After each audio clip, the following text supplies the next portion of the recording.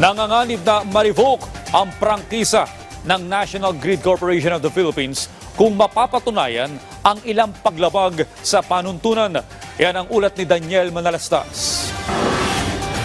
Gustong ipa-review ng mga kongresista ang prangkisa ng National Grid Corporation of the Philippines matapos itahin sa pagdinig ng House Committee on Legislative Franchises ang NGCP sa ilang mga problema nito sa mga proyekto. Gusto ni Deputy Speaker J.J. Suarez ng malalimang pag-aaral sa performance ng NGCP hinggil sa kanilang prangkisa. Ang NGCP may tugon. At kung kinakailangan pong i-revoke ang franchise na to, let's do it. Siguro panawagan lang namin ay magbigyan kami ng patas na pagkakataon para ipaliwanag yung mga na-erase na mga issues kanina, no? Kasi lahat po yan, hindi naman po bago yun. Sinita rin ng ilang kongresista ang mga umano'y proyekto na hindi pa natatapos pero lumabas sa pagdinig ay binabayaran na umano ng taong bayan. NGCP had 227 projects under that transmission development plan natin. Iba tapos na, iba hindi pa. There were 111 approved by ERC.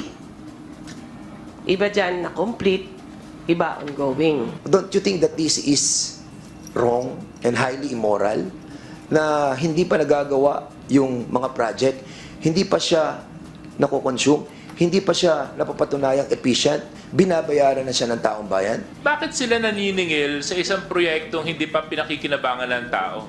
Yun po kasing sistema po, yung regulatory framework governing transmission and distribution, supposed to be forward-looking po yan. Historically po, the ERC has allowed us on an as-spent basis. Unlike po kasi an ordinary small value good that you pay before you use, these are large infrastructure capital expenditure projects po. Like an ordinary contractor po, pag nagbabayad tayo paggawa po ng bahay, hindi po yan sisingilin ng contractor. Pati mga dividendo na napupunta umano sa mga shareholders, kinwestiyon din. Bakit napakalaki yata ng dividendo na binibigay nyo sa mga shareholders ninyo? In 2015, your income was 22 billion, but the dividends, 21 billion, 93%. 20 billion, 19 billion ang dividends ninyo. Yung funding ho for projects doesn't come just from internally generated cash. So the dividends mentioned come from retained earnings. So that isn't exactly, with all due respect to how it works, that your dividends will be necessarily from your earnings. Ayon sa NGCP, handa silang magpaliwanag hinggil sa mga umano'y paglabag. Ang NGCP po, yung dinatnan naming patakaran, sinusunod ho namin.